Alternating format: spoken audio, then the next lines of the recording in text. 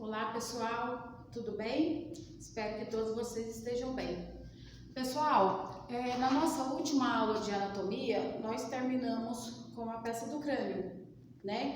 Onde nós vimos os ossos da face, os ossos da calota e os ossos da base. Então, como finalizamos nos ossos do crânio, certo? Então, eu achei por bem a gente continuar com a parte da anatomia, a parte interna do crânio, e posteriormente a gente segue para a parte interna do tórax e, consequentemente, para a parte do abdômen.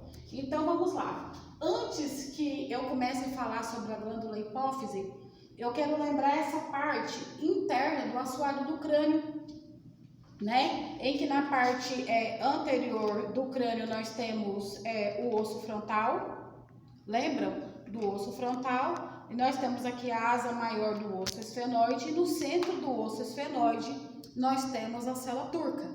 Então, a glândula hipofisária ou a glândula pituitária, ela fica localizada no centro da célula turca ou célula túrcica. Tudo bem, pessoal? Então, a nossa explicação vai partir dessa parte específica do osso esfenoide e, consequentemente, a gente vai dar seguimento na nossa aula falando da glândula hipófise. Então, vamos lá. Lembramos, então, que a célula turca é um acidente ósseo no centro do osso esfenoide, certo? E no centro da célula turca nós temos uma glândula denominada de glândula hipófise ou pituitária. É uma glândula também denominada glândula mestra, de aproximadamente 1 centímetro. Embora tão pequena, a glândula hipófise ela se divide em dois lobos, o lobo anterior e o lobo posterior. O lobo anterior ele está envolvido com a produção maior de hormônios. O lobo posterior está envolvido com a parte nervosa e com a produção menor de hormônios. Então nós vamos começar a falar agora sobre a glândula hipófise, o lobo anterior.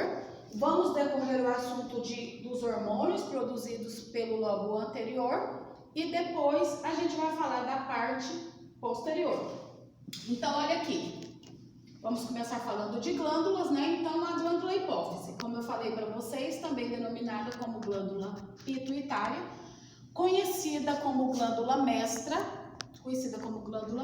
por quê? Porque ela é a glândula que comanda todas as outras glândulas do nosso corpo através desses hormônios específicos. Então, ela produz os hormônios específicos e através dessa produção específica da hipófise, então esses hormônios vão controlar as outras glândulas do nosso corpo. Então, pessoal, olha aqui. A hipófise, tá? Também denominada como pituitária, ela é uma glândula de aproximadamente 1 centímetro, como eu disse para vocês, do tamanho aproximado de um grão de ervilha. Ela é dividida em dois lobos. O lobo anterior, que é a adenohipófise. Essa parte aqui, desse lobo anterior, que é denominado como adenohipófise, ela produz essa quantidade de hormônios, certo? E cada hormônio produzido aqui vai para uma glândula específica do nosso corpo. Então, olha essa aqui.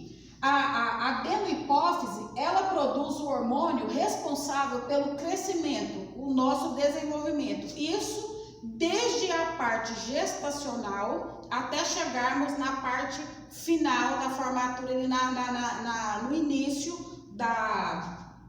Como que eu posso falar para vocês? No início da adolescência, certo? A adolescência já chega na fase jovem e fase adulta. Então, a adenohipófise, ela é responsável pelo hormônio somatropina, que é responsável pelo crescimento. Isso desde feto, tá? Gestação.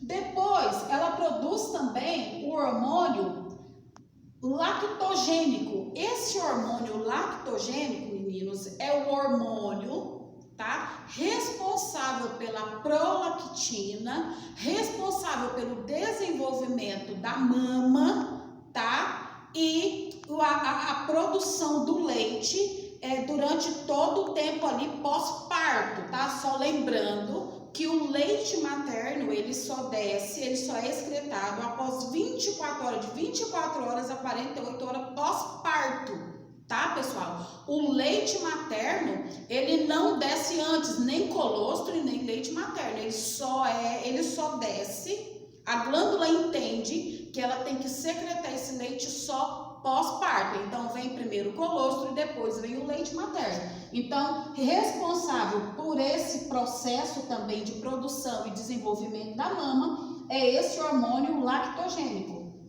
Depois, nós temos também esse hormônio aqui, ó, tireotrópico. Pessoal, o próprio nome tireotrópico já nos lembra do quê? Da nossa tireoide. Então, esse hormônio tireotrópico aqui, ele produz a tireotropina, que vai agir na nossa tireoide, tá? E na paratireoide. Então, esse daqui é o nosso hormônio, como que eu posso falar para vocês? Esse aqui é o hormônio que controla a questão de peso, a questão de ansiedade, a questão de sono, a questão de distúrbio alimentar, distúrbio emocional. Então, tudo isso aqui está sendo controlado por esse hormônio tireotrópico. Depois, nós temos esse hormônio gonadotrópico. Esse aqui também, pessoal, o gonadotrópico já lembra logo o quê? As nossas gônadas, né? As nossas glândulas gônadas reprodutoras masculinas e femininas. Então, esse hormônio aqui é responsável por produzir a gonadotropina, uns hormônios difíceis, pessoal. Esses hormônios aqui vai controlar tanto os hormônios masculinos, que no caso é a testosterona dos homens, né? E da mulher o estradiol e tantos outros hormônios aí no caso das mulheres. Então, esse hormônio aqui, tá? É o que controla os hormônios das nossas gônadas. Aí nós temos aqui o adrenocorticotrópico. Pessoal, esse adrenocorticotrópico aqui, ele está ligado às nossas glândulas adrenais, às nossas glândulas supraadrenais, tá? E esse aqui, ó, melanino estimulante, é um hormônio, meninos, que ele vai inibir a infecção, tá? Ele está ligado com a questão da defesa do nosso corpo. Então, só para vocês terem ideia, que a hipófise, mesmo sendo tão pequena, do tamanho de um grão de ervilha, se é capaz, tá? De ter duas divisões, que é a parte anterior e a parte posterior, e a parte anterior é responsável por todos esses hormônios aqui. Cada um deles, tá? Cada um deles vão desenvolver o seu papel de acordo com as necessidades, pessoal, do nosso corpo, de acordo com a necessidade do nosso tempo, tá? Esse hormônio aqui, ele cai diretamente na corrente sanguínea, tá? E através desse tempo aqui, ó, desse caminho que ele percorre no nosso organismo, isso vale para o nosso tempo de desenvolvimento gestacional, tá?